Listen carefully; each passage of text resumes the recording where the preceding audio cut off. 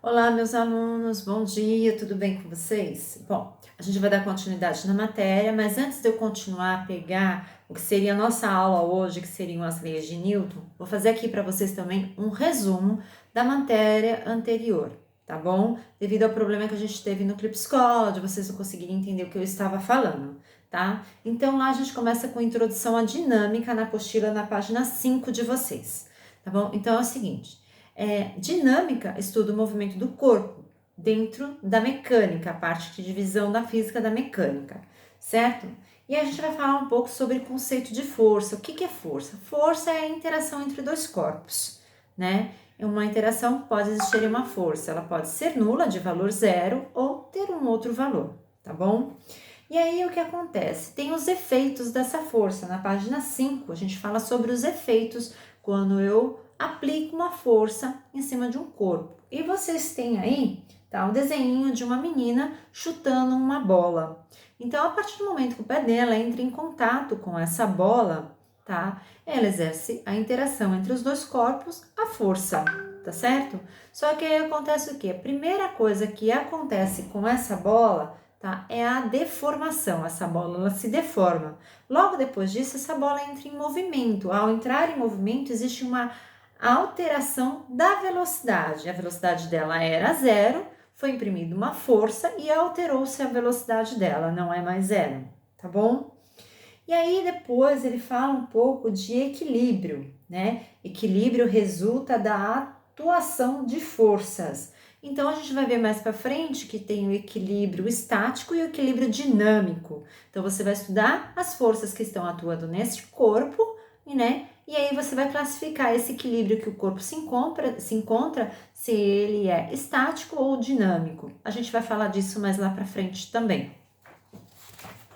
Depois, na página 6, ele fala sobre os tipos de força. Então, quando a gente fala de força, a gente pode ter força de campo ou força de contato. Força de contato, o nome já fala, tem que existir o contato. Então, eu tenho essa mão que vai empurrar esta mão. Então, no que ela empurra, ela entra em contato, tá? Ela aplica uma força de contato. Agora, a força de campo, o que acontece? Para vocês conseguirem entender um pouquinho melhor do que é força de campo, eu vou fazer uma analogia ao ímã, tá? Porque a força que o ímã tem, a força magnética, também é uma força de campo. E é uma coisa que vocês interagem, vocês já mexeram com o ímã, sabem o que é e como funciona, tá bom? Então, o ímã, o que acontece? Existe a força magnética no ímã. Mas ao redor do ímã também existe essa força magnética. Então existe uma área ao redor dele em que essa força atua. Eu não preciso colocar o alfinete em cima do ímã. Eu posso aproximar o alfinete do ímã, que essa força vai fazer o quê? Vai puxar o alfinete para o ímã. Então essa região ao redor do meu ímã, onde essa força atua, é uma força de campo, é um campo ao redor do meu ímã, onde tem uma força magnética também, tá bom? Então a gente vai poder classificar aí as forças entre forças de contato e forças de campo. A primeira força que a gente vai falar aqui na apostila é a força peso. O que é essa força peso? Essa força peso é uma força que existe em todos os corpos aqui na Terra, tá? E é uma força que está sempre relacionada à gravidade local. Gravidade, o valor da gravidade, da força gravitacional, tá bom? Então, a gravidade da Terra é aproximadamente 10 newtons. Tem alguns lugares que usam 9,8, porque é um número aproximado, tá? Então, vão ter esses dois valores, 9,8 ou 10 newtons, tá bom? Então, aí eu tenho o meu peso. Nós vamos falar mais pra frente também, tá? Como calcular o peso e tudo. Depois disso, a gente tem a força de... muito importante. A força, peso, ela é uma força que sempre puxa o corpo para o centro da Terra, tá bom? Então, é uma força de sentido para o centro da Terra. Voltando lá, força de tração, a nossa próxima força na página 6. A força de tração é a interação entre dois corpos, mas agora eles não estão em contato e não existe uma força de campo entre eles. Mas o que vai existir entre esses dois corpos, né? Para falar, chamar força de tração. Vai existir um cabo, uma corda, entendeu? Algo que ligue um corpo no outro. Então, ao você levar o seu cachorro para passear na coleira, essa coleira, nela está existindo o quê? A força de tração, certo? Ao puxar um caminhão por uma corda, o que está ocorrendo nessa corda? Uma força de tração. Todo mundo já deve ter visto na internet um videozinho que um senhorzinho que mora num prédio, alguns andares para cima, ele coloca um cestinho abaixo, amarrado numa corda, tem uma rondana, ele abaixa o cestinho, o gato dele entra e aí ele sobe. Então, essa corda que liga o senhorzinho lá em cima ao gato dele que sobe aqui no vaso, né, no balde, é uma força de tração. Depois nós vamos falar da força elástica.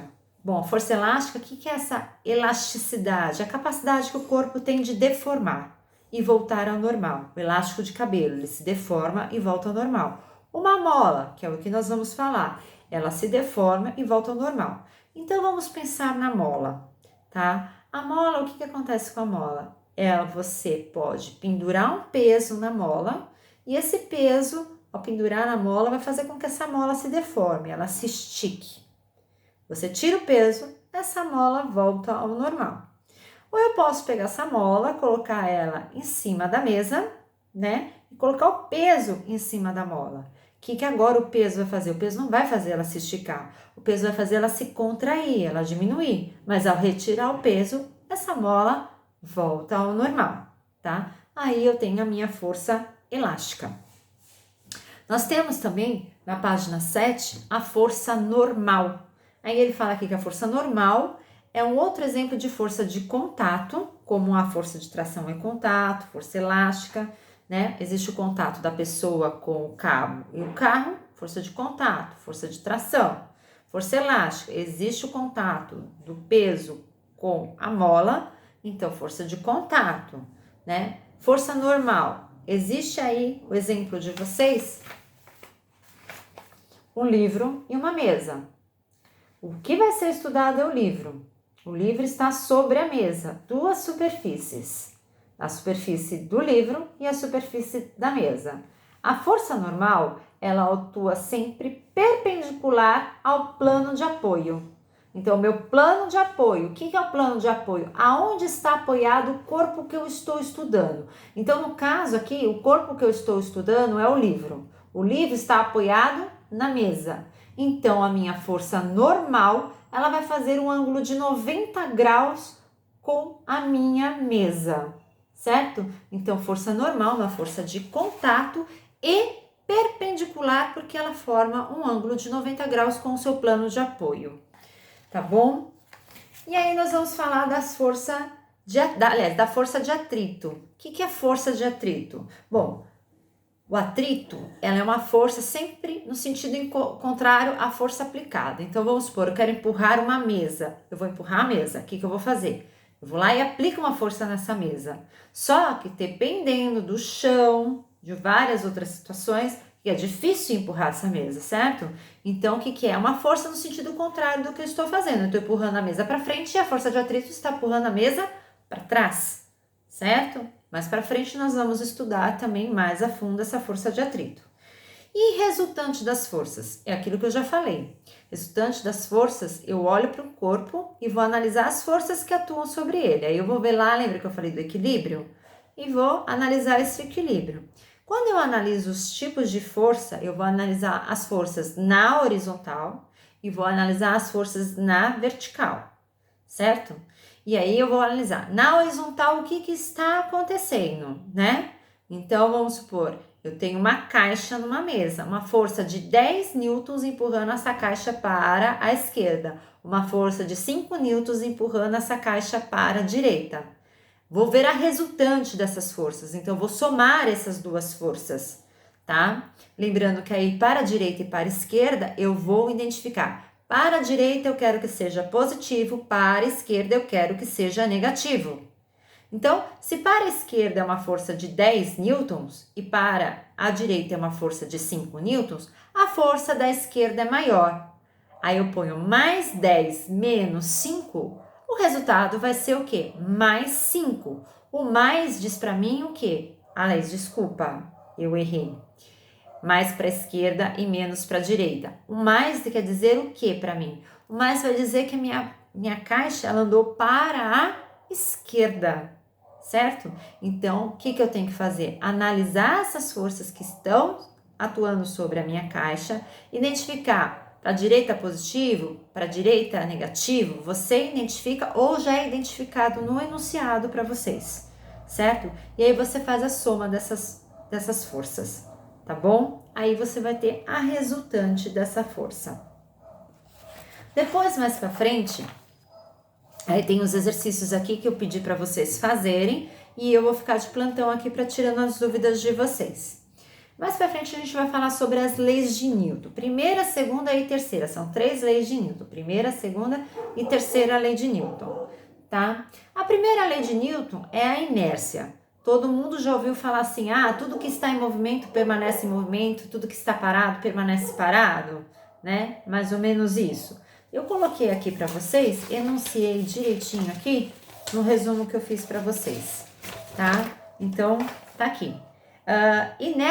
Primeira coisa a gente tem que entender inércia. O que é essa inércia? É a dificuldade que o corpo tem de sair do estado que ele se encontra. Então, se o corpo está em repouso, ele vai ter uma determinada dificuldade de sair do repouso para entrar em movimento. Se ele está em movimento, ele tem uma certa dificuldade para deixar de se movimentar e ficar em repouso, tá bom? Então, particularmente, assim, tudo que está parado tende a permanecer parado, tudo que está em movimento tende a permanecer em movimento, grosseiramente falando. E eu enunciei isso para vocês, tá? Todo o corpo continua no estado de repouso ou de movimento retilíneo e uniforme, a menos que seja obrigado a mudá-lo por forças a ele aplicadas.